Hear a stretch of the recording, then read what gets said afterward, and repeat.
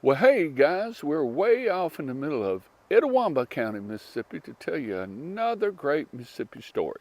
Come on. We are here today to tell you the story of John Wallace. And who in the world was John Wallace? Well, John Wallace, I believe, happens to be the great Elvis Presley's great-grandfather. As you can see from the sign, John Wallace is buried here in Old Salem Cemetery. You know, I knew John existed, but I wasn't sure where he was buried until I saw a video on my favorite Elvis historian's YouTube channel. I'm talking about the Spa Guy.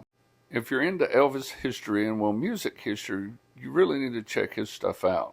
Now, I don't know the Spa Guy at all. I just enjoy his YouTube channel. But back to John Wallace.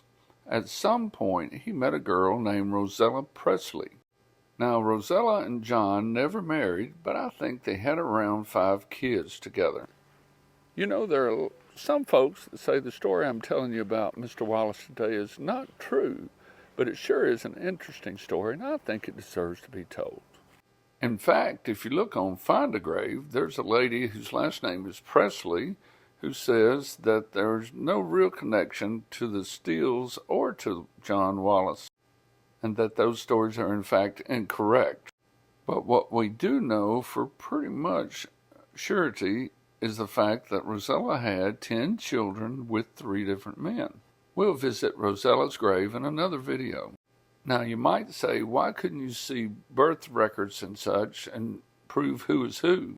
Well, poor country folks during the time frame when these children were being born probably didn't even have babies in a hospital a lot of times.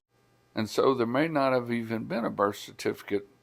The best way to research this, I think, is to look through census records. Nonetheless, I believe John Wallace and Rosella had 5 children named Jesse, who was Elvis's grandfather, Calhoun, Mac, Robbie, Joseph, and one more whose name I cannot find. What we know for sure is that Jesse Dunning McDowell J.D. Presley was born in 1896. His father was John Wallace, who you're going to see now.